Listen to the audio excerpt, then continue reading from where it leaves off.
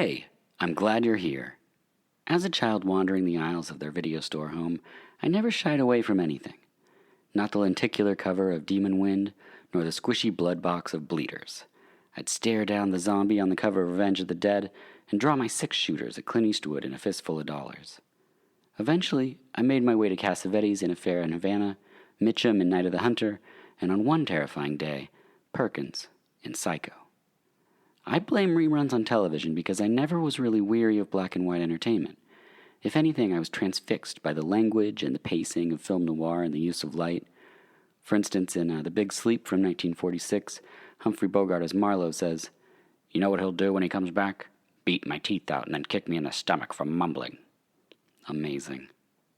There's a sketch group called Hollow Men that does a sketch called, I think it's Sketch on a Train. I just said sketch a lot. It's probably one of my favorite sketches. There's another one of all time. I'll put the link up on our page for this episode if you'd like to see that. It brings endless joy to me. Which reminds me, if you are listening to this on the day it drops, happy October. I'll be posting my 31 horror films in 31 days on the website in case you want to see what those are, as well as a Halloween mix of music for all of you to enjoy this spooky holiday season. So please head on over to vh-us.com, check out all that content, and you can also find the images from the podcast on Instagram at vh.us and on Twitter at vhs_podcast. Also, I'm Dirk Zaster on Instagram. Feel free to follow along there. Now, this episode marks a first. Our guest has transitioned to another profession. That happened after this recording, so we have edited the name of the place where she previously worked, but that's great news, because that means we can bring her back on a different film. Now, where was I?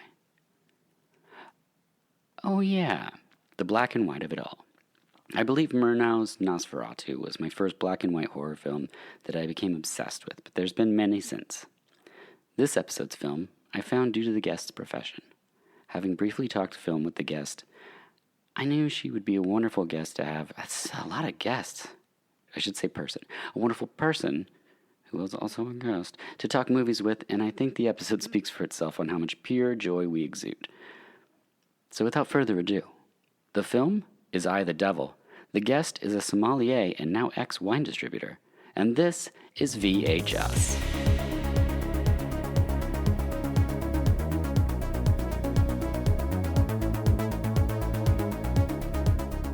Hello and welcome to VHS. I'm your host Dirk Marshall and I'm joined in the studio by Kristen Castagna. Thank you for being here. Hi, thank you for having me. You are a wine rep. This is true. This is true. Mm-hmm. And what is a wine rep? A wine rep is an intermediary between a wine retailer or restaurant and a producer or winery. Okay. So I've seen a lot of like bartenders become booze reps, but Sure. Is that different than, say, the path of a wine rep? Not entirely. Okay. So I actually ended up in my role through some conscious moves, but I did work in restaurants for a really long time. Okay. And then found that the more I knew about wine and the more interest I had in it, the more money I could make. Mm-hmm. And then I became more focused on that, worked at a couple wineries. And then as we're in Portland, working out in the valley isn't too terribly difficult, but over the years, the commute got longer and longer. Yeah. And there were some times when it would take me an hour and a half to get home at night. Geez. And I do still spend a lot of time in my car. Mm-hmm. But it's shorter distances. And so then reeled it back in. And now I represent 500 producers or something. Wow. And so then does the restaurant reach out to you, or how do you go from point A to point B? Combination. Okay. So I think that the company that I work for has a long-standing, strong relationship in the state. And so sometimes people will say, hey, I'm opening this restaurant. Can you have someone reach out to me? And other times as the wine world has shifted and as locally it's grown so much, we are very assertive in building those relationships that secure our position in different establishments. Wow. That's fascinating because I didn't even know that this was a thing. Yeah, it's kind of, I hope that demystified it a tiny bit. I think so. It's still very mystified in my mind. In addition to that, you are also a certified sommelier with the Court of Master Sommeliers. Is there just like a regular sommelier and then there's the master sommeliers, or? So through the Court of Master Sommeliers, which is the one that you really hear about the most. Okay. The one that had the movies on Netflix. Okay, called Somm. Yeah. Yes. So that's the Court of Masters. And the Master Sommelier is the 4th level. Uh-huh. The Advanced is the 3rd level. Certified is the 2nd. And then the first, you take like a class called the Intro. So the first level, it's more of a class, but they expect you to have like a working knowledge. Okay. The 2nd level, which is what I am, I think that just... It's kind of hard to say even what they mean, but you'll find that by and large, most people who are purchasing wine in restaurants locally have attained that level or an equivalent through another organization. There are a handful plus of people who are advanced sommeliers, which is the one where you have to be invited by a master sommelier in order to take the exam. Oh, okay. So you have to have like approval, and it just gets more and more specific as you go up. Gotcha. Is there a sort of belt situation like you would have in like karate where you'd have like a burgundy belt or Sort of. There's a lot of burgundy in the Court of Master Sommeliers. Okay. Actually, there's a pin with the profile of, I have no idea. It's probably Bacchus. Whoa. I really hope it's Bacchus. So you get pinned. Yeah. And you get pinned and you get a glass of champagne. And Wow. the intro one, I can't remember if it just says like Guild of Sommeliers or something, and then the certified one, and then the advanced one, and then the master one. And you just if you're working like an event or something big like the International Pinot Noir celebration in McMinnville, if you're working that, they expect you to have your pin, and Gotcha. it thus like gleans a certain amount of respect because you put in some work to get there. Yeah. Oh, that's fascinating. It's a pin situation. It's a pin. Huh. Yeah, and then I think that the higher you go up, the more often you wear a suit. Oh. Yeah. Male and female? Yeah, sort of a Hillary Clinton style, but lots of, dark colors. Of course. But there aren't too many female master sommeliers. I honestly don't know. There's only a couple hundred in the world who've ever attained that level. Is that a goal for you? Do you want to keep progressing, or you're like, I'm good at 2? I'm good at 2. So within the court, it seems that as you move up, there's a strong service aspect. And so the people who are master sommeliers are actually functioning as sommeliers, like building wine lists for like entire hotel groups. Sure. And managing, sometimes hundreds of restaurants, but there's definitely a on the floor customer facing service thing, and I sort of backed away from that. Right. My opening of wine table side has become far messier. Weird. It's such an interesting field. It is strange. Okay, and so up top I had a few wine terms I was hoping you could break down for me. I hope I can. Okay. They're pretty basic. Okay. Structure? Okay. So structure would, when you first taste a wine, I think that generally the first thing that you perceive is fruit. And then there are secondary and tertiary characteristics, and then the structure would refer to really like the what balances out the fruit, be it acid or tannin, in the way that sort of gives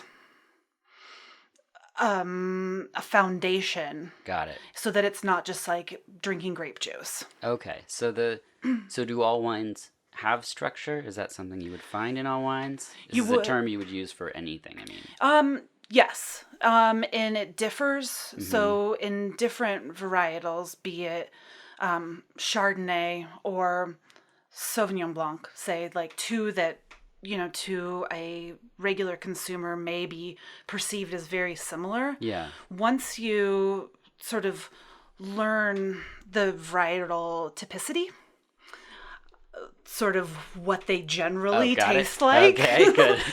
what you're generally expecting, you can sort of then, through tasting and experiencing, come to expect a certain sort of structure from a wine, from a certain kind of grape from a certain region. Got it. And it helps you sort of in this deductive blind tasting, which is part of that whole master sommelier system. Yeah.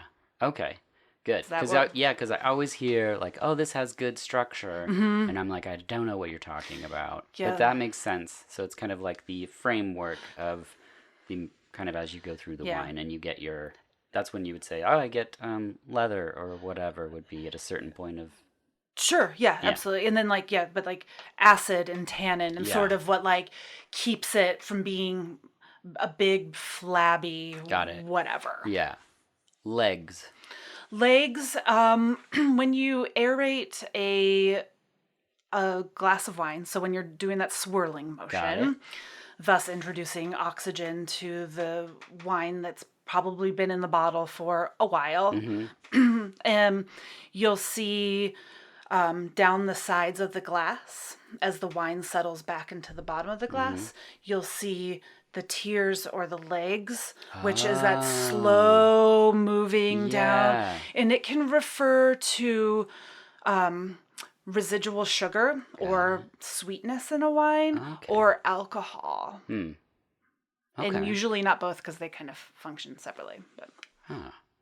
Terroir. I can never say it without feeling like I have a marble in my mouth. Terroir. There it is. So that is a concept that refers to the idea of a specific time and place in a wine. Okay. So, and everything that goes into making it. So starting in viticulture, it would be like, is it in a warm climate or a cool climate? Is it rocky soil? Are these vines irrigated? Do you water them? Yeah. Or are they dry farmed? Is it organically farmed? Okay. Did it used to be a turkey farm? Did it used to be a hazelnut orchard? How steep is it? Is it facing blah, blah, blah? So all the way into the winery. And then it's like, do you use ambient yeast? Because there's yeast all over. Or do you introduce it? Do you use... Yeah, so it's everything. But the idea generally is time and place. Got it. I always thought of it was just the dirt. So it's good to know that it's actually a bigger picture. It's a very important big picture. Yeah. Bunghole. Yeah. I still turn into like I'm a total 13-year-old boy when I go into a winery and you'll see like it's so the bunghole is in a barrel is the hole from which the wine is extracted. And so, it's like, and then the little thing that goes into it is the bung. No. There's lots of like, and we all do it. Yeah, like you have to, to right? The most serious person, every time someone says it, I'm like, oh my God, like if I'm with like a group of people I work with, it's like, don't look at so-and-so because you know that you're going to do something really stupid and immature and they have more self-control. And then all of a sudden it's like, oh, that woman over there who looks so composed is like snorting to the word bung. Well, the amount of joy I felt when I was looking up wine terms when I saw bunghole listed. Yeah. Because it just seems like everything's so serious, and then suddenly you're just like, that can't be right. Like, this has to be a Wikipedia article, and somebody's like, oh, watch this. Well, I've heard also that an actual measure, and I don't remember exactly how much it is in volume. I'll have to get back to you on this, but a buttload is a thing. Nice. Yeah. In wine. It's like, if you go to the great. Wikipedia page, it has like a couple of monks like hunched over or something. That's the amount of wine I usually like to indulge in. Yeah, It's a buttload. a buttload. Mm-hmm. And the last one I found is cork taint. Okay. Yeah. Um, so there is when you open up a bottle of wine, Yeah. the first thing that I always do is smell the actual bottle. I don't smell the cork. Okay. Because the cork doesn't really tell you a lot. But the cork is really important, especially if you're using natural cork. Cork taint is something that gives that wet basement, wet paper bag, wet newspaper. Yeah. And to not get too sciencey, because that's not necessarily my forte, but it's a open ring that will really latch on to anything, and it will latch onto cork. It can happen in like pipes in wineries, and thus like ruin entire batches. Sometimes it'll just it'll just express itself like every once in a while, and it can to different degrees. You won't find it really in like corkscrew wines, or if there's like conglomerate cork. But yeah, so it's like a rare contamination. It's a contamination for sure. Rare, I would say it kind of depends. I would say that, some people have had bigger problems with it. I've opened up like cases of wine before and had a quarter of them be corked, have experienced cork taint. And so then it goes back to like the problems in the winery. And so they might be working on remedying something, but sometimes not, sometimes it's fleeting. Wow. Mysterious. Very mysterious. But we're not brought here today just to talk about bungholes and cork taints. The reason I'm joined by Kristen in the studio is because we are brought together by the film Eye of the Devil. Was this a first-time watch for you? It was. Awesome. The synopsis is: a French wine grower, played by David Niven, returns to Bordeaux with his wife and family to face ritual sacrifice for another bad year. Yeah, I'd say it's so much more than that. It really is. Yeah. It's a very strange way to break it down. But yeah. I was very excited when I was looking up different wine movies, because everyone always thinks of Sideways. That's the one that always plays everywhere at wine events and things. And then there's a lot of other like sort of romantic comedy movies or dramas, even all set in wine country, and a woman of her 30s meets like a guy picking grapes or something, and they have a romance, and I didn't want to really cover any of those. So when Eye of the Devil popped its head up, I was like, oh, this is what I want to talk about. Oh yeah, there's not a whole lot of romance. No, it's very cold, actually. It really is. There's not a lot of expressions on the face. And like David Niven and Deborah Kerr, not a lot of chemistry there. No, I really was hoping that she was gonna get together with the guy she was playing Scrabble with, like his childhood friend who wasn't really. He was being really withholding. Yes, there is way more withholding in this movie than anything else. Like all of the acting, you're like, interesting choice. Like very not acting. Right. So, all right. And that part's in Latin. Yeah. Okay. Perfect. I don't know what that is.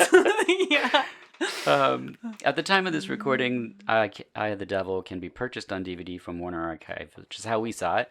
It looks great. It's on YouTube, but it's really mushy. It's really not great at all, which I think is a disservice. This is definitely one of those films that I'm guessing in the VHS era did not look wonderful. Oh, I bet not. Yeah, and this, this DVD, it's very crisp. It, the black and white looks perfect. You can also rent it at Movie Madness, or you can stream it if you have to through Amazon Prime. It's based off the book Day of the Arrow by Philip Lorraine, 1964. And then I just made this note because I think you you can't talk about I, the Devil without possibly thinking of Wicker Man.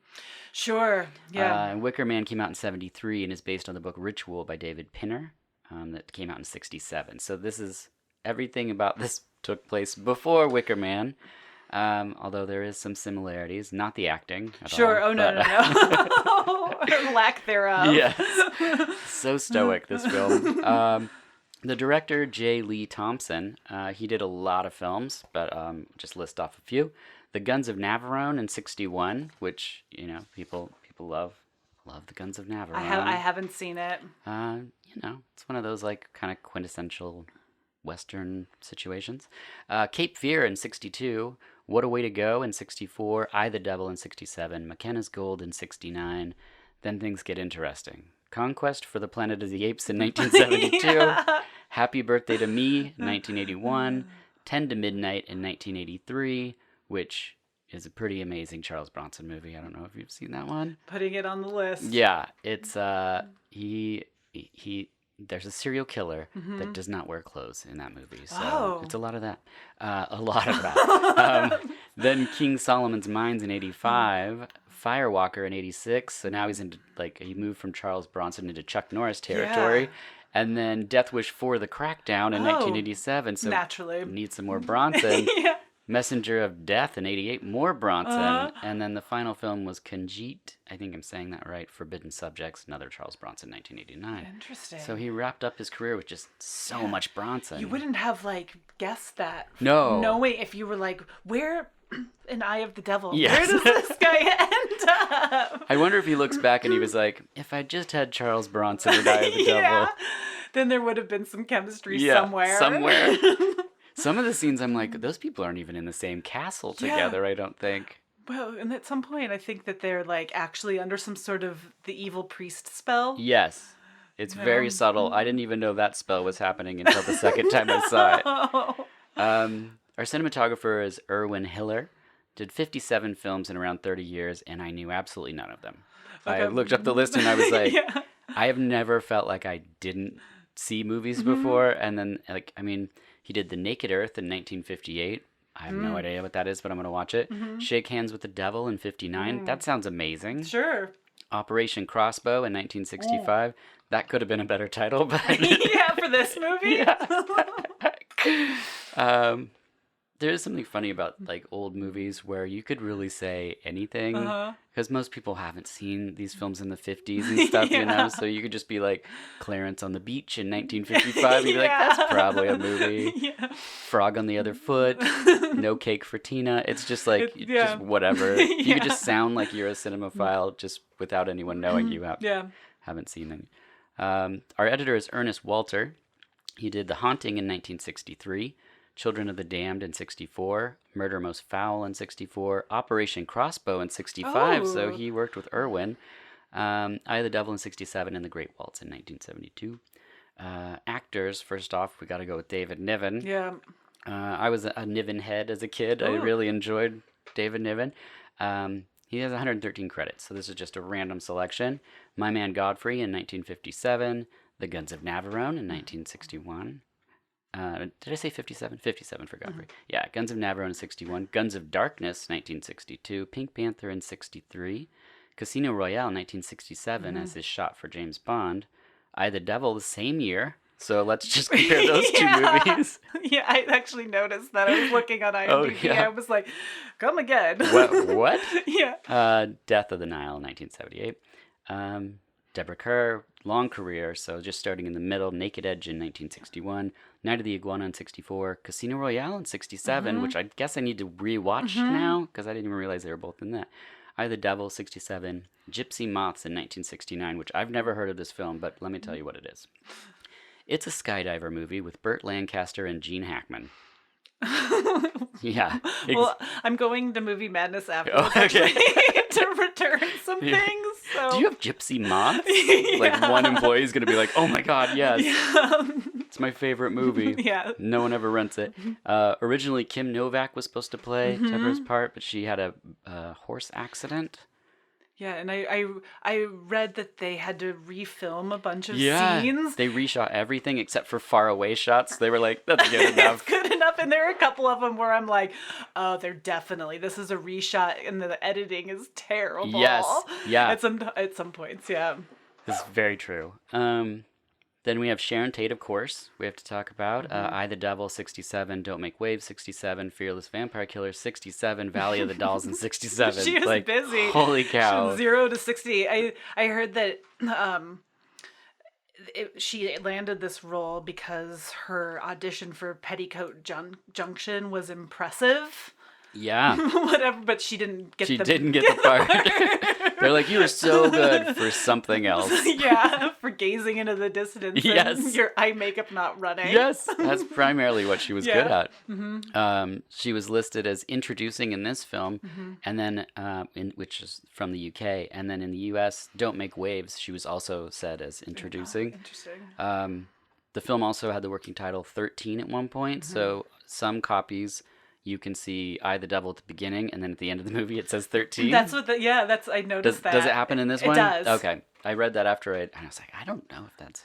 Yeah, it That's right. That's at the great. end, it was like, there it is. Yeah, the 13. I've seen it.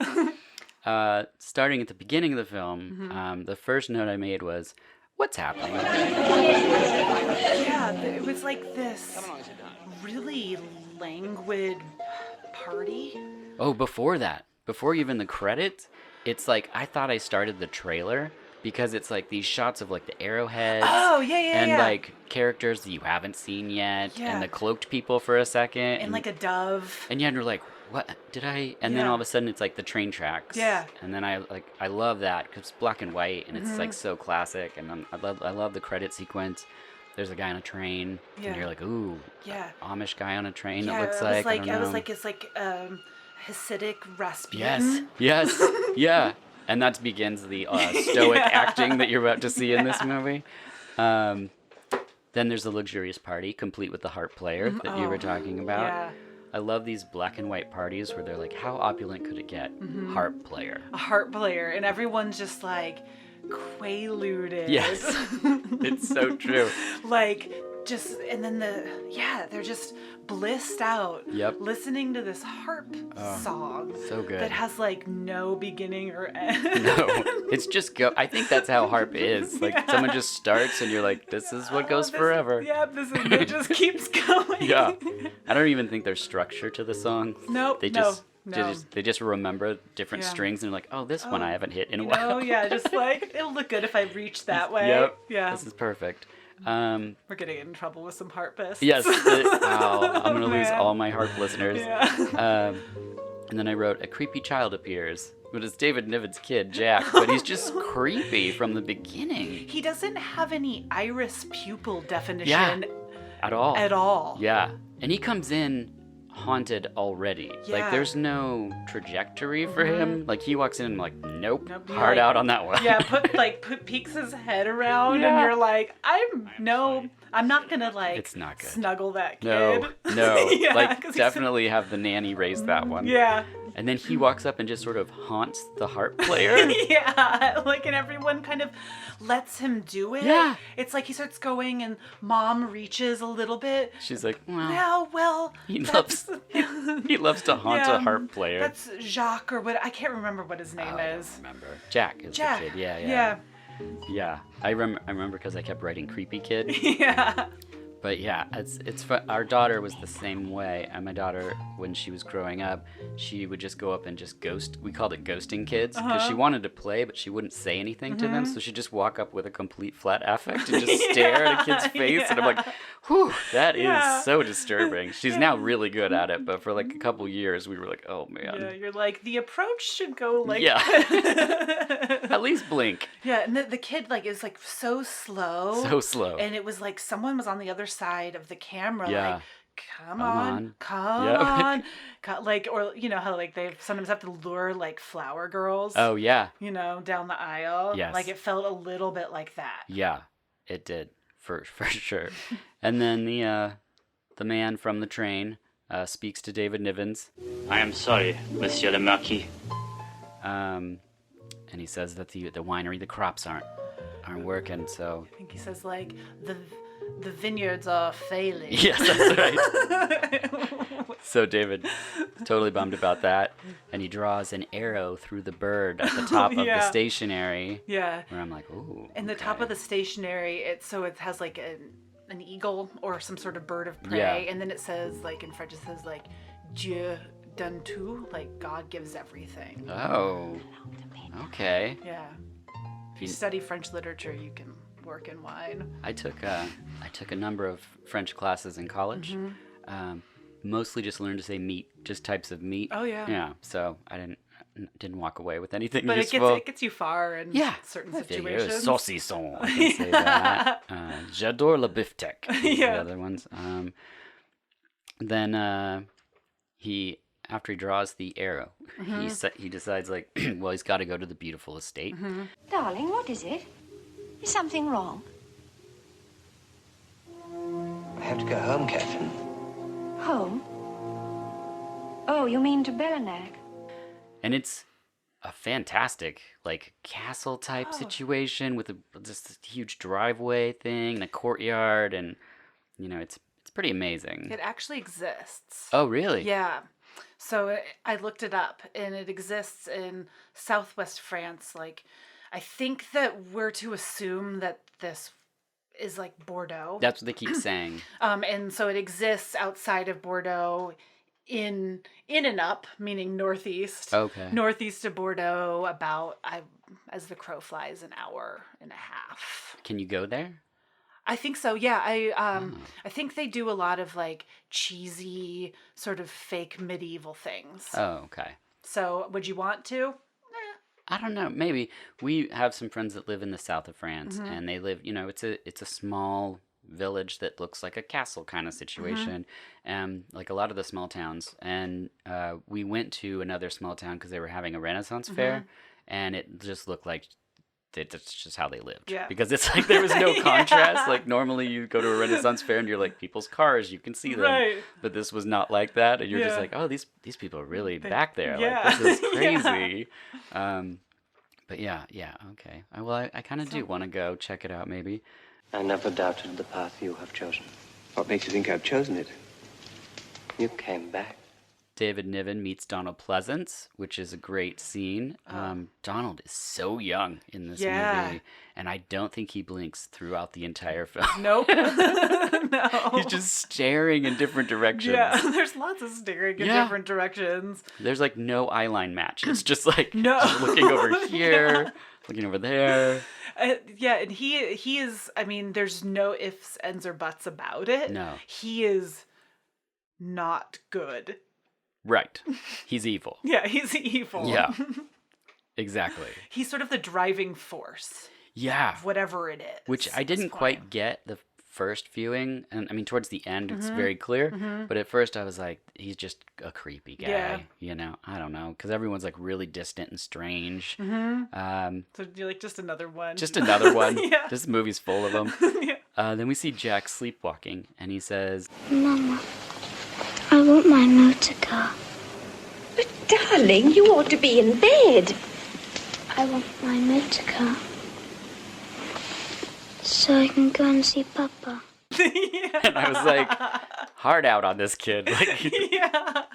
And the lady's talking to some guy, and he's like, I talked to him quite naturally, and you won't wake him up. so she gives him this motor car and turns him around. And she's like, okay, go see Papa. Yeah. And he just walks out of the scene. She doesn't put him back to bed or anything. Oh, yeah. What? Like, and I don't have kids, and I was never really a sleepwalker, but my sister was, and I'm pretty sure that's, like, not what you're supposed. Like, you're supposed to be like, take them back and try not to wake them, but like, there's this hands-off approach to parenting through this film that, like, almost gets these kids in lots of trouble. Yeah, it's very true. Because, like, for how rich these people are supposed to be, they don't really have, like, servant people. No. I mean, in the castle, there's the estate. There's servant people, but they don't really do anything helpful. Yeah. And you kind of feel like they're taking a side. Yeah. And then Sharon Tate turns out to be, like, the de facto nanny, which is, like, a bad decision. so wild. Yeah. Then the fam takes off to join David Niven, which means we get to see all the shots that we saw before of driving through the town and people turning their heads. Yeah. And then we see Sharon Tate. She's sitting outside in nature, and she does not seem of this world. So precisely the person who'd be like, lady from way out there, please come hang out with my children. Yeah. And so she seems to always be placed by this, like, pond, grove.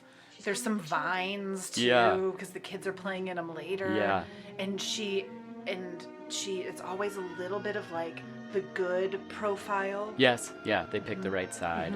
Yeah, and she just sits out there and turns her head, I guess, is primarily what she does to pass the time. Vehicles come and go. Yes. Here's another automobile. An automobile. Yeah, it's so strange. Yeah.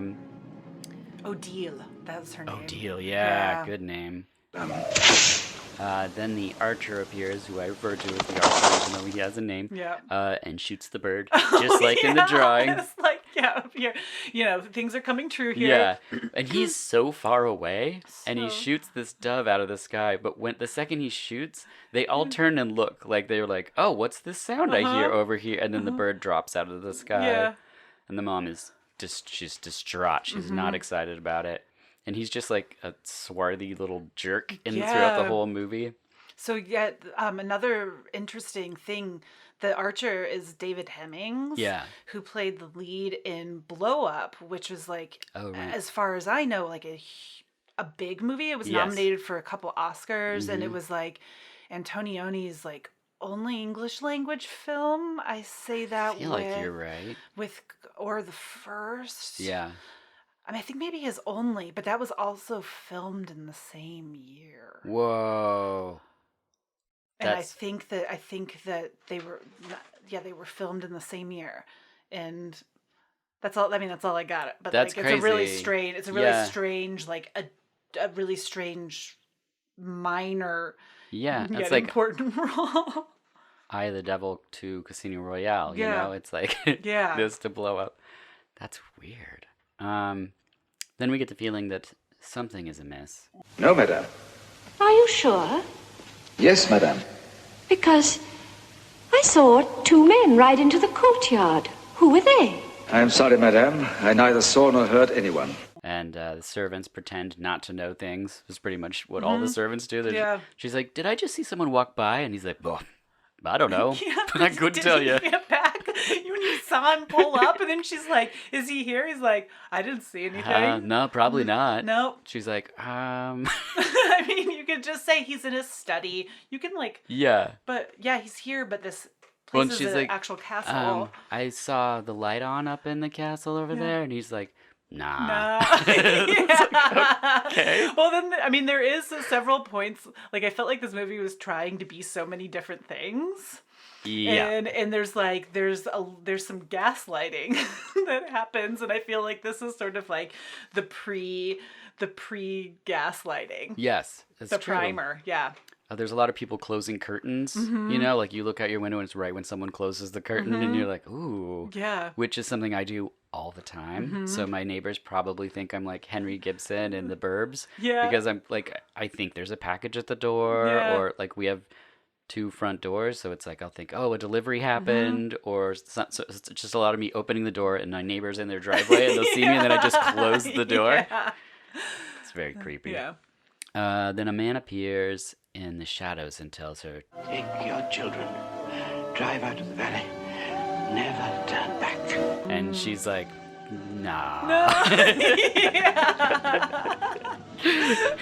He like literally tells her like, you get out of here. Yeah. And she's like, And then she goes up to David Niven after she sees what she sees in the room.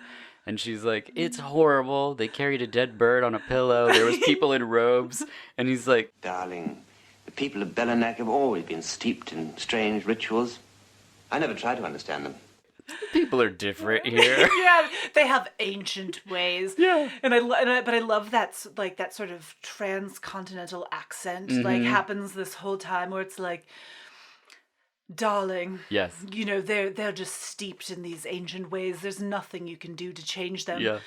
so that on top of the warning to basically get and never look back, she's like, Nah. and then the son's like, I love this place. Oh, Mama, please let us stay here. Don't let us leave here. Oh, please let us stay here forever. Yes, Jack. God damn it, Jack. I never want to leave. That's what he says right afterwards. The guy's like, get out of here. And then Jack's like, let's never leave. Yeah, I'm like, kid, can't you sense It's so... this is unwelcoming? Yeah. And what kind of fun could the kid be having there? It's not like... I don't know. I've been in buildings like that, and it's just cold. Right, and as a Everywhere. child, like you're... It's dirty. Yeah. There's nothing... Your car wouldn't be able to roll on the cobblestones well. Like, it's just not... I don't understand the appeal. And then we have my favorite line in the whole movie, and that's Deborah says... What are you seeking, Philippe? What are you seeking? And David Niven, lit perfectly, stares off in the distance and says... Am I seeking? Or am I being sought? I was like, what? Was that when he breaks the glass in his hand? Oh, I think so. And then it's like... It was like a etched... Yeah. It's crystal sturdy... highball. Yes. And then he just breaks it. And I mean, unless he's a lefty, I think it was like his left hand. So it's like in his he's just like crushes this thing and then has like no affect. Yeah. Which, if David Niven crushed anything, he would be like so stoked about it. Yeah. He's like this little pencil thin man that like, there's no way that. So yeah, am I seeking or am I being sought? Yeah. I think that I mean, and thus rolleth the plot. Yes, but I just love how it's not even directed at her. He's just staring like out a window. Am I seeking or am I being sought? She's like, are you selling riddles to me? Yeah. Like, what the... we get the feeling like his family has always been doing this. We don't know when they started, but when did you start with wine? Oh, hard to tell. And I don't mean like underage drinking. I just mean like in a career. Sure. So, technically in a career, well, I mean, I guess we can even go back to my first restaurant job where I was serving wine and you have to be able to navigate to some degree. And so I actually lived in college. I lived in a town, I went to the University of Illinois, so Champaign-Urbana, Illinois, and for whatever reason, liquor laws, at least way back in the day, 20 plus years ago, you only had to be 19 to serve alcohol. And I mean, I'm sure it's like that elsewhere, but we live under... To drink it was 21 though? Mm-hmm, okay. But we live under the rule of the OLCC, which is something different. Yes. And... But so really my first restaurant job was when I was 19. And I kind of... What kind of restaurant was it? Panera Bread, just kidding. I was like, they have wine? Yeah, no, I did work at Panera Bread, but I think I did that for the free bagels. Because, I mean, you know when you're like a kid, essentially, and put out on to the wilds of the world, and then you're supposed to just like... feed yourself, right? And like not just eat cereal in the dorms. So you have bagels. No, I when I first moved out, I worked at a record store, and it was like right on a college campus, and I would trade promos to like for bagels and pizza, and the people we all traded everything at no money exchange. Like I love that system. Yeah. So no, Panera Bread did not have wine, but it was a locally owned restaurant that at the time had they had more than just red and white wine. I mean, and it had a good reputation for food, service, wine. But now if I probably look back at it and this place doesn't exist any longer, sure. I would be like, huh. Because I've sort of turned into a snob, right? And I would be like, I do actually remember when I was so into something, because you know your enthusiasm for things can have seasons, sure. And I was so into something, which to me now, and I won't say what it is, but it's so basic. You know, and it was something I was soup like, in a bread bowl, and but more the wine version. Got it. The wine version of soup in a bread bowl. Oh, I think that's Gato Negro. Yeah. Sure. Yeah. Or maybe Boone's Farm. That's not really wine. No, not really. Yeah. Yeah. That's more of like a diabetic. Yeah. It really is. Yeah. Oh. I haven't had that in a long time. No, I haven't either. I think there's a reason. Yeah. I'm going to a pool party on Friday. Yeah. And I might show up with some Boone's some Farm. Strawberry Hill. Yeah. Nice. We'll see what vintage will I bring. You know, people might turn down Boone's Farm, but most people won't turn down a wine cooler, I've noticed. Yeah. They're like, it has just enough humor involved where they're just like, oh, come on. Sure. I'm going to have a fuzzy navel, Yeah. Bartles and James, sure. Well, and really that's sort of like White Claw is sort of like a wine. It's like I haven't had this, but I keep hearing about them. You know, it's like you could just put a little vodka in your LaCroix. Oh, there you go. That sounds like a nice way to like tell someone off. Yeah. Like, hey, go put a little vodka in your LaCroix. Your pamplemousse LaCroix and get out of here and never look back. Yeah. Exactly. Yeah. Long story short, I guess like working on the floor of a restaurant was like a good launching point. But I would say technically wine focused for me, that happened in the last decade. Okay. And so I've worked at a number of wineries. Yeah. Larger-ish than some. And sort of learned the ropes in lots of different aspects. Got it. But it started working in a restaurant and being exposed to it. Yep. And just like even hosting at lunch when you're 19 and it's like, and then you get a free cup of clam chowder and whatever. And you start looking at it and this you're job had all the perks. Yeah. You know, why did I ever leave? Well, it closed. Yeah. Yeah. Well, not if I was there to sell the clam chowder. You could have. Or you could. eat it. Yep. Gosh, they did some sort of caloric read on the clam chowder and it had like 90 calories in a tablespoon.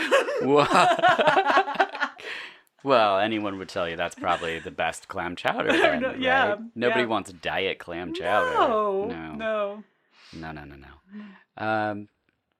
Next in the film, the kids are playing outside and they meet Sharon Tate in probably one of the best scenes where out of nowhere... Do you see that toad there on the lily pad? She shows that she has the power to turn a frog into a dove. Yeah.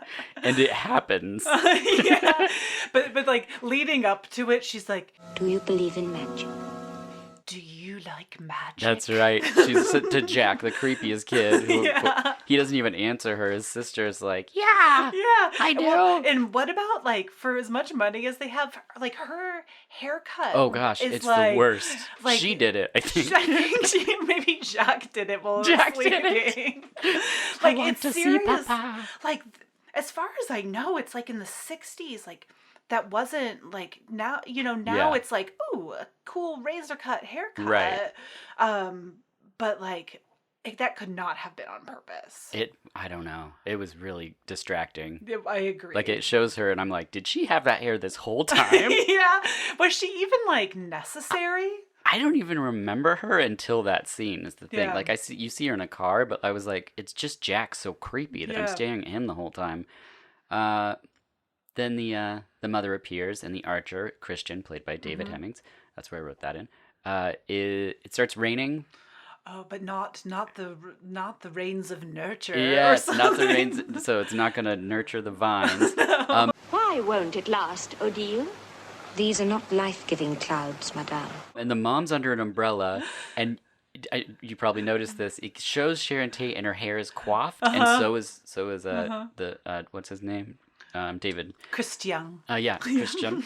And his hair's coiffed, and then it shows him again, and it's all wet because they're standing in the rain, and then it shows him again, and it's coiffed, and it goes back and forth like 6 times. Yeah. It is so wild. They're different, like wet hairstyles versus hair sprayed and teased, and like. Oh, it's so, and I swear that Deborah Kerr opens the umbrella before it starts raining. Yes, yeah. And Sharon Tate says this thing that like, I'm like, no, duh, lady, because she's like, it's not going to rain forever. Yes. Or something like that. And you're like, well, I could have told you that. Yeah. Like, I know how rain works. yeah, it's not going to rain forever. We don't have to live under this umbrella. Yeah. That's like something Jack would say. Yeah. Forever. Yeah. Is this going to be forever, Mother? Mom, I want to live under this umbrella forever. Jack, you can't live everywhere forever. Yeah, you have to choose one. And then he draws his bow and points it at her, and she just moves on from that fact. Yeah. I was like, it's one thing to be menacing, but to actually point a weapon at somebody Yeah. when your children are present? Yeah. It's so wild. Oh, and it was so like he had it pulled Oh, yeah, back yep. like, but apparently he's a pro and he wouldn't have accidentally let the He probably would have just shot it in the air and killed another dove yeah somehow. yeah The one she just turned from a frog. yeah yeah, that whole special effect was really special too, because it was like so out of proportion. Yeah. It was like the frog was like, you know, in contrast to like the size of the pond and the lily pads and everything, Yeah. like that was totally right. And then all of a sudden it's a dove that's like smaller than the frog. Yeah. Yeah. And it's a great special effect how they're just like, and now it's a dove. Yeah. Like it's just like, It's like someone there's no fade. someone just cut or- the film. Yep, just a straight cut. Yeah. Then Deborah and Donald Pleasance have a scene together, which is probably the most acted scene in the movie. What does it mean, Father? Has the world reached such a pass that we must ask what it means when a man chooses to pray? They have a nice little back and forth, and then one of my favorite sequences is the kids playing on the castle roof. Oh, sure. I don't know if that's what you call the roof of a castle, a roof. Yeah. I thought they said precipice at some point or something. I don't know. Anyway, they're like hanging their legs over it. Oh, Like, and they're like wild. Well, and the wildest thing is that I guess that the mom wasn't like, oh, well, after having the arrow pointed at me, I'm gonna let you go hang out with like With his him. Yeah. sidekick up on the roof. Yeah. With broken parts. Right. Just go ahead. Yeah, just go up there. You're 3. Yeah. Yeah. Totally makes sense. Yeah. Oh, and then like, yeah, you're really good at the balance beam. Yeah. So.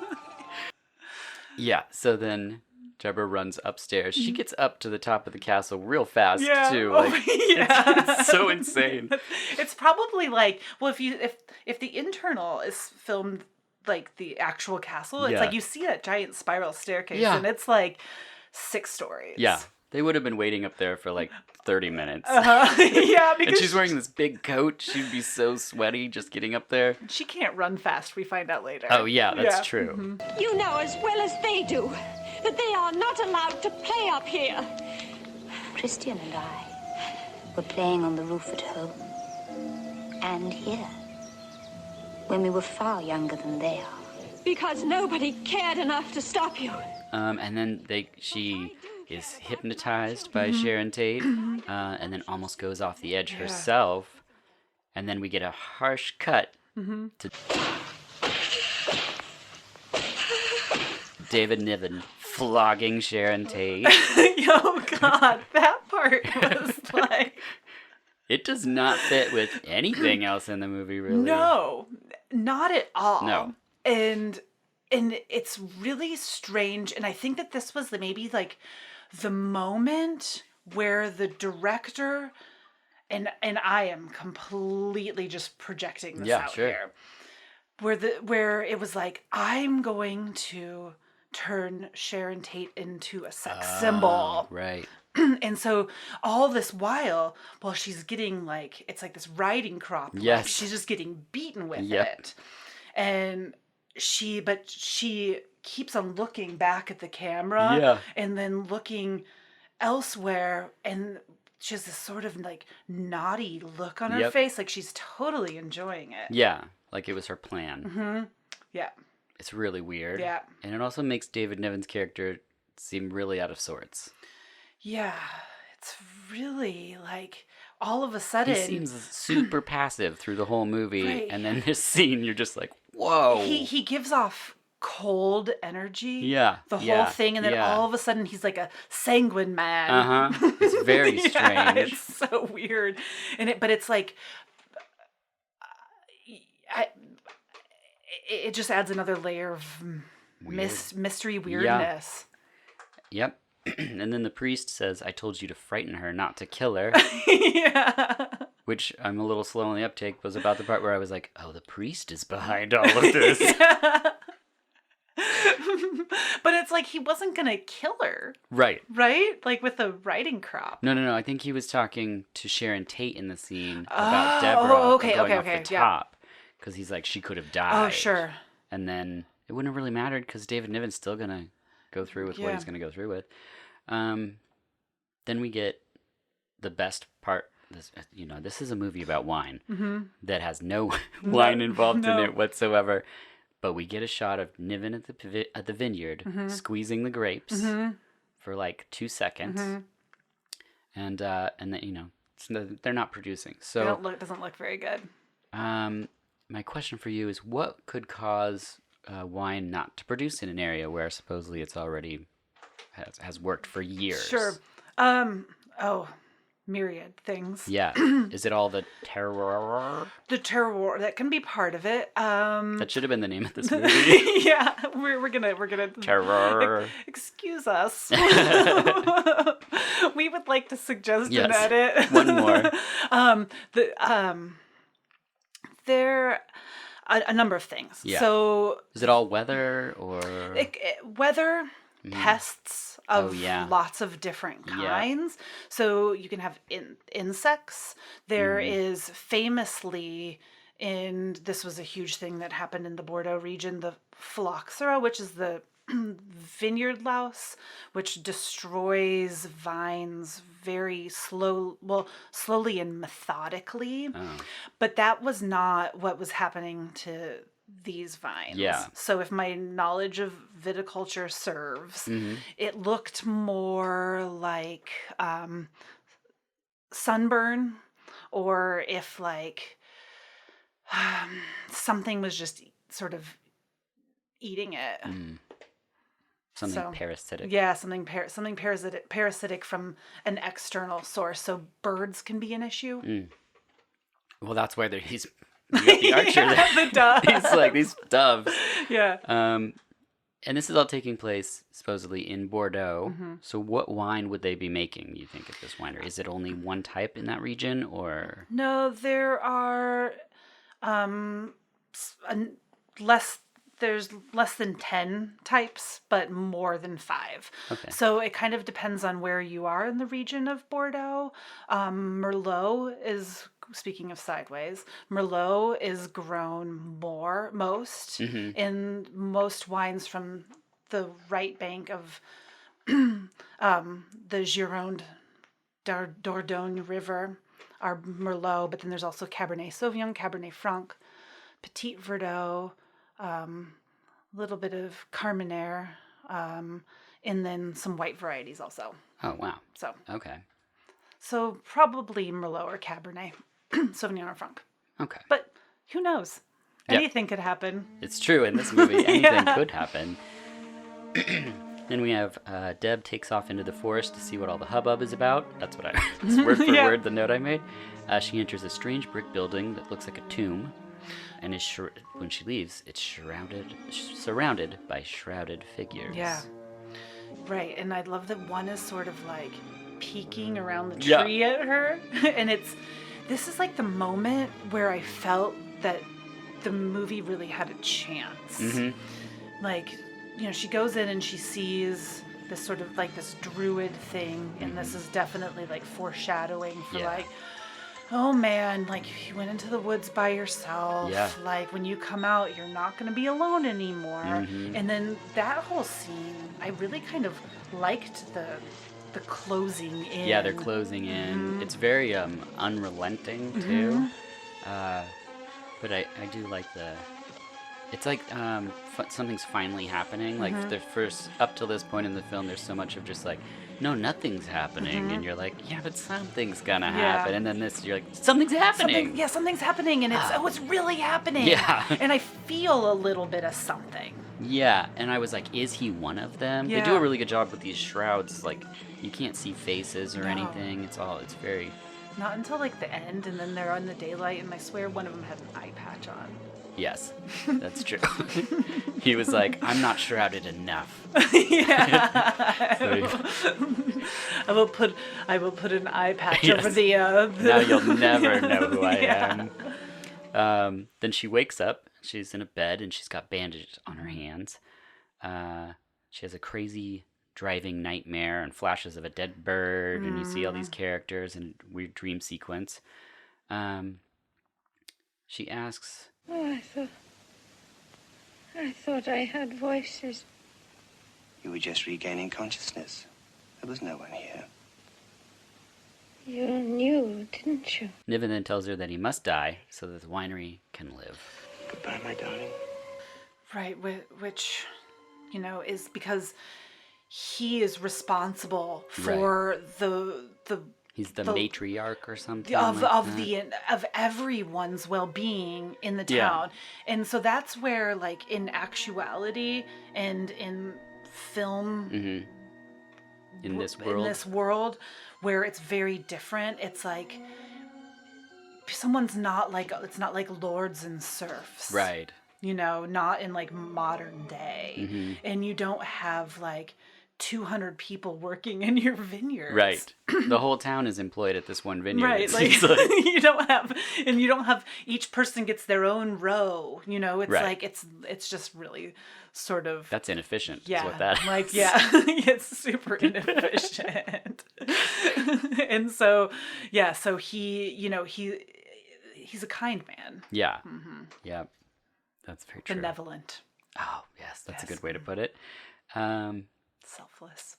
So, an arrow through the heart is what would bring back this wine. What other ways of human sacrifice would fit other varietals, do you think? Like if it was Chardonnay, perhaps you'd be slapped to death by someone named Becky while watching reality Yeah. TV. For $2 Chuck, I thought maybe buried in a pile of overdraft fees. Or with like a slow flowers in the attic-esque arsenic There poisoning. you go. That is how I feel after drinking $2 Chuck. Well, a few years ago, they actually found measurable levels Yes. of arsenic. So that was real. That was real. Okay, because I read that article and it was about how like mechanical grape harvesting or something in the filter process, like all the stuff from that goes in, so like mice and bugs and yeah. all kinds of things. Is that a real thing? Well, so in that level Yeah. of winemaking, which is the top or the bottom, depending on how you look at it. Top of production, Sure. bottom of care. Yeah. Sure. I mean, everything, like they send these, they just take whatever they can from wherever they can get it. Right. And then they can, to whatever degree, depending on, I haven't looked at the label of $2 Chuck recently, but I don't think it even tells you like where it's from. Right. So it's like, it might just say product of America Yeah. or something. And so it could come from like vines that are grown between the directions of a 4-lane highway. Right. And so, yeah, anything and everything could go into that. Also, not even grapes that you think of when you think of like, oh, that says Cabernet, it must be Cabernet, but it could be a measurable percentage, something else. Yeah. Ugh, disturbing. Yeah. So, truly anything could go into it. So for just a couple dollars more, you can treat yourself way better. Yeah, I think that's a valuable Yeah. way to think about it. Other sacrifices, natural wine, there would just be no sacrifice, I guess. No sacrifice. It just like it just happened It naturally. just happens, and this is what it is. What is, because that's a big thing right now in Portland, especially natural wine bars. Sure. How does that differ from just a regular wine bar? So natural wine is sort of as a broad definition, the lowest possible intervention, both in the vineyard and in the winery. Okay. So if you think of, in contrast Two Buck Chuck. Mm-hmm. You know, they are inoculating the fermentations with bought yeasts to make sure that everything chugs along at this, you know, and thus they're creating terroir-less wines. Got it. Natural wine, in contrast, when done successfully, is really like the ultimate expression of that idea of terroir. So it's like you have this grape, multiple grapes. Yeah. you have grapes that, you know, were cared for or, you know, not tended with pesticides or, you know, are generally from smaller plots that are really intentionally planted. Often, you know, biodynamics come into play, and then they're brought into the winery, and then the native yeasts that both exist on the skins of the grapes and in the air then inoculate naturally this fermentation, and thus ideally in the end you have something that's really unique and very expressive. Got it. That's different than like orange wine, because that's the other thing I've been hearing about a lot. Or there's a Venn diagram that can happen in orange wine and natural wine. So orange wine is really like Pinot Gris, for example, is the skins are not white or yellow. They are actually gray. Wow. And so if you allow there to be skin contact in a fermentation, along with some often oxidation, you'll end up with a wine that has some color to it that is not from a darker skin variety or black skin variety like Pinot Noir. Okay. So there, you know, and often the orange wine is resultant of a natural wine process, because allowing the skins to be in contact with the must or the fermenting grape juice is that sort of ultimate hands-off style of winemaking. Got it. Huh. Well, it's delicious. Yeah, sure. But some of them are really funky, we've found. And that's something that in natural wine, you can, because the fermentation takes longer, you're welcoming certain objective faults to a resulting wine. Which, you know, sometimes it's like, are you trying to sell me the emperor's new clothes? Yeah. And other times it's really truly compelling and interesting and makes you want to learn more about sort of the passion behind it and the people behind something. Yeah. We were at a bar, which I won't say what it was, but it was a wine bar. And they found out that on the way home we were stopping at a different one. And so they put wine in a shot glass, wrapped it in saran wrap, and had us deliver it to the the wine person at the other place. So that we didn't know what they were doing. So we just gave it to them and said, this is where it's from. They looked at it, held it up to the light, smelled it, and they were like, oh, they really got me this time. We were like, what's happening? And they do this back and forth, trying to stump each other on what the variety is and all that kind of stuff. And I just thought that's nice that this... probably not okay with certain officials, but you know, I like that this camaraderie exists among people, you know, here in this town. And I think it's important to play nice. Yeah, exactly. In business. Well, and educate each other, and like, you know, if you really love something, I mean, you see this in music stores, like someone that would love something and want someone to discover it. And then you'd see someone that loves something and it would just be a jerk because they knew about the thing. Sure. I like the first version. Sure. I feel like I'm that way about pretty much everything. Yeah, exactly. I turn into often a paying ambassador of things. Yeah. I'm like... I am, for sure. I'm like, use Marvis toothpaste. Yeah. I know. It's $11 a tube, but you'll never have the same toothbrushing experience. I love cocoa floss. When we were in Palm Springs, I got this dental floss. It's very pricey. And I have a favorite dental floss, which is either part of getting older or a great product. I'm not sure. It's like when you go to the dentist, you're like, before we get started, I know. I need to tell you something. No, seriously, the last time I went, she's like, "You're doing a great job flossing." I'm like, "Thank you. This mouth is brought to you by Cocoa Floss." Yeah. In this movie, there's so many great shots. There's like where you see the foreground, the background, bolts of light through the castle. I mean, it's really beautiful. But at this part of the film, the archer's in a trance, and the ritual is beginning. They enter the woods. The archer kills him. Spoiler alert.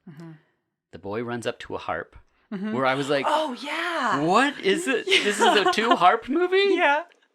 This is incredible."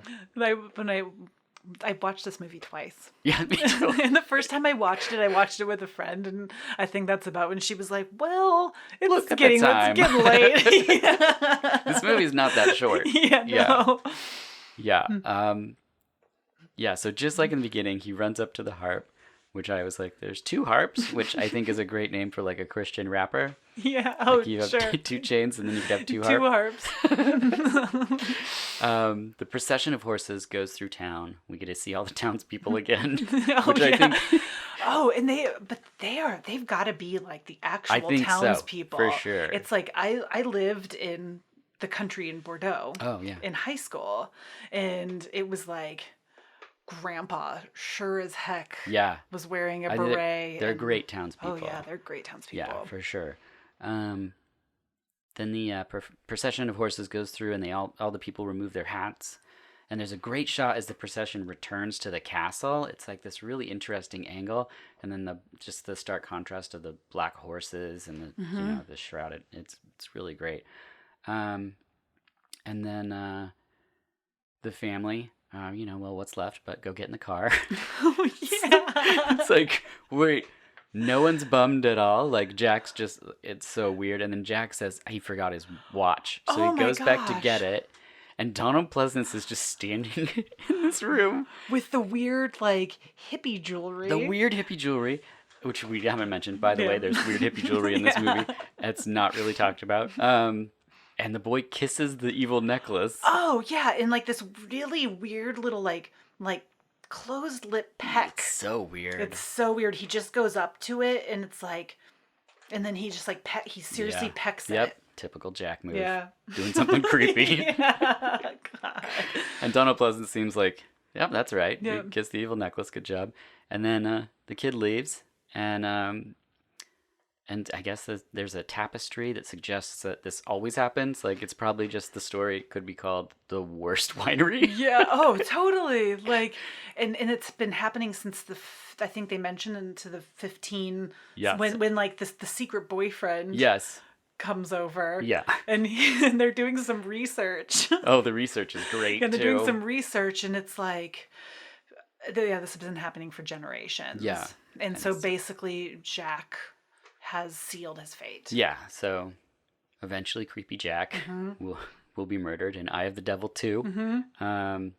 Yeah, and then they leave in the rain, and we see the archer lurking in the same place where he was lurking. Oh yeah. And we see Sharon Tate still sitting out there in the rain.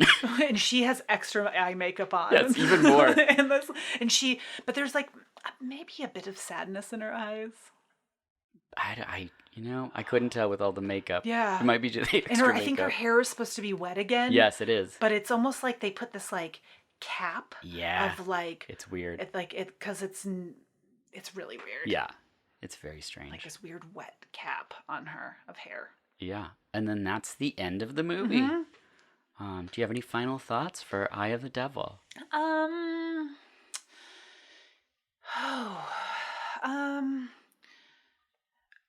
I mean, not really. Yeah, there's not really anything else. We covered it more than probably anyone has. Yeah, totally. And when I was watching it, like I'm always looking for like where's the thing where I can like create a weird like thesis statement, right. Even to like this is what's really turn this into something thoughtful and something where it right. will be like culturally it will be relevant in like a bigger thing. Yeah. And like it just didn't pan out. No. No. And I hate when I'm disappointed like that. It's really like, it's just a very simple, it is very simple, like the original synopsis I read, but there's also all these weird things happening just that are strange choices for telling that story. And the fact that David Niven is just like in all the way from the beginning, like not for a second he's like, we gotta figure out a way to make these grapes work. Yeah. He's just like, looks like I have to die. Yeah, and I mean, even it was really strange. Also, I mean, going back to the beginning, just like when creepy Jacques is like, "Daddy, please, can I go with you?" And he's like, totally like zoned out. Yeah. And she's like, "Your son is trying to talk to you," and he's like, he's already completely in it. He's like, "Oh, sorry, I was thinking about my own death." Yeah. And eventually Jack's. Yeah. Yeah, it's very strange. It was only okay, this movie. Yeah. Are there any common misconceptions about being a wine sales rep or sommelier? I'll say either one, as you are both of these things. Sure. So I would say I would like to speak more to the misconceptions of being a wine sales rep. Cool. Yeah. Because people often will be like, "I want to do your job," and I'm like, people say that about every job. Yeah. I want to do your job. You're like, okay, here it is. So like, it's so fun, and I'm like, is it? Yeah. Well, from the outside, it does sound very fascinating. And sometimes, like when it is fun, it's very, very fun. Yeah. And when it's going well, it's like it's like the rush of it going so well, but in order to really make a good living and have a certain amount of autonomy, because it's very self-motivated, there's some sacrifice that has to happen on like the back end, so it's not just me. I don't just get to be like, "I've got the wine that you want, like buy it from," there's a little bit more strategy and thought and business mind that goes into it, rather than just like the idea of what my mom thinks I do all day. Right. Which is just hang out with wine. And that we just drink all day long. She sounds worried. Yeah. And sometimes honestly, like we'll have meetings on Friday mornings and sometimes we'll taste through like 30 plus wines. Yeah. You spit all of them and you take notes on all of them, and you can, and like the point of doing that is so that we can, not just so that we can taste them and that's cool, but so that we can think about, where they could be positioned in the market in the long term.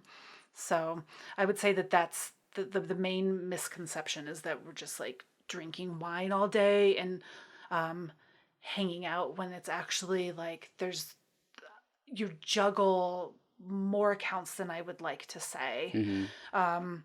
You've got so many, every need is individual, and so it's not really for an introvert. Yeah.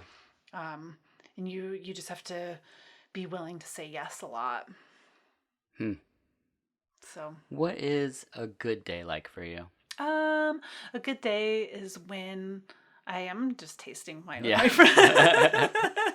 I mean, honestly, and those days do exist. Those days do exist when you get, because where I work, I have a couple key retail accounts, but the majority of what I do is to restaurants. And there are similarities in a good day is when I have appointments lined up all day long. I get to all of them on time. None of my buyers is hungover or late. Yeah. And everyone's feeling kind, and I get glass pours all over the place. Cool. Because that's sort of like the golden, you want a glass pour because it moves a lot faster. Oh. So, okay. but generally the people that I work with, I really like them as people. Yeah. And so it's like when you line up a day when it's like, oh, today I get to see so and so and so and so and so and so, and I have the coolest stuff in my bag. Yeah. That's good. And it's just a constant learning experience to sort of just like the back and forth. And see somebody probably get excited about that wine and be like, yep, we're going to have that as a glass pour, not just by the bottle. And you'll be like, yes, this is us doing our jobs. Yeah. Because ultimately, in the end, we all want to sell wine. Yeah. And so I try to never waste the time of the people I work with. And I'm pretty frank about that. Like, I'll be like, if I bring you something that's totally wrong, just tell me. And it's my job to remember that you don't care for that, so you'll never see it again. Mm-hmm. That makes sense. Yeah. And what's a bad day like? The opposite of what you just said. The opposite of that.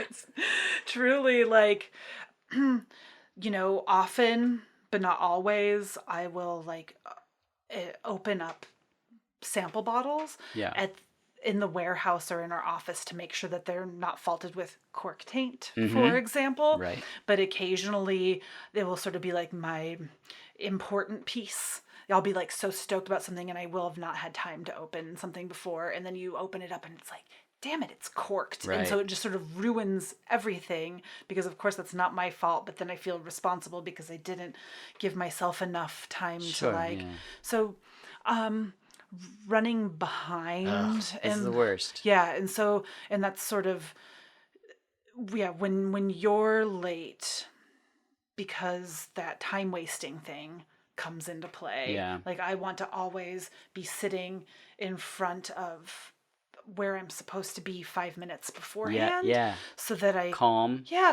and knowing what I'm talking about. Because with several thousand wines in the book, everything's so dynamic. It's I want to be calm and at least act like I know what I'm talking about. That makes sense. So when that doesn't happen, that's a bad day. Any advice for someone who's interested in wine? Like working with wine. With wine, I would not just someone that's like, I'm interested in wine. Well, how long have you got? I would say, and I actually had this conversation with a couple of young ladies who are just like 21-ish on Friday evening at a happy hour.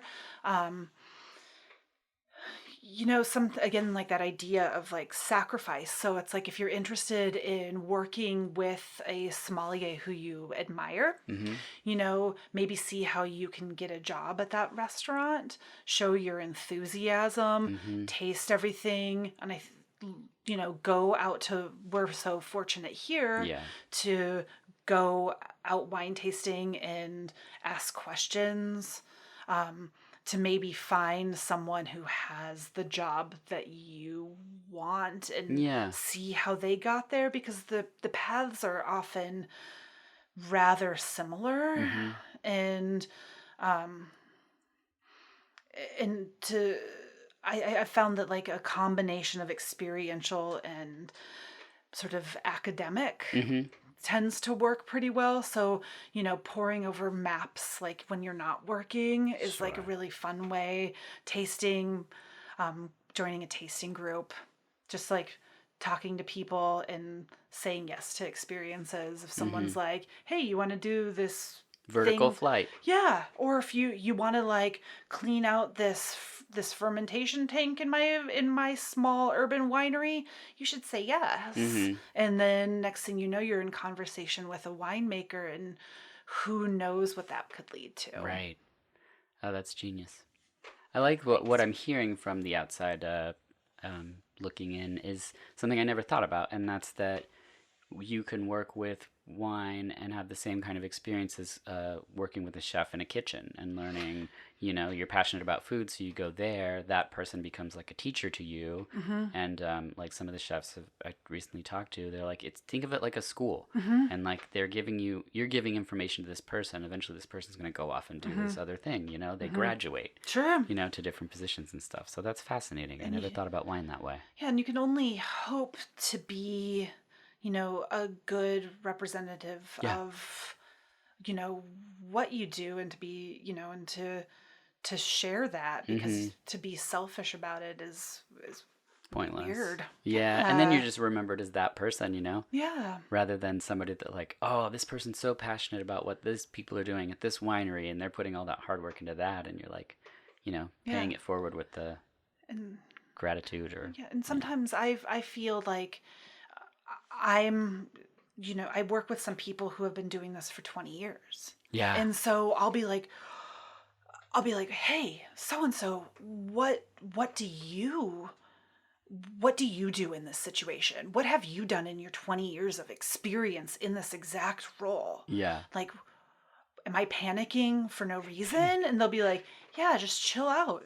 And easier said than done. Sure. But there's so many levels of that and support and throughout the whole thing. That's awesome. Which brings us to the last question, and it's my favorite question. What are your dreams like? Well,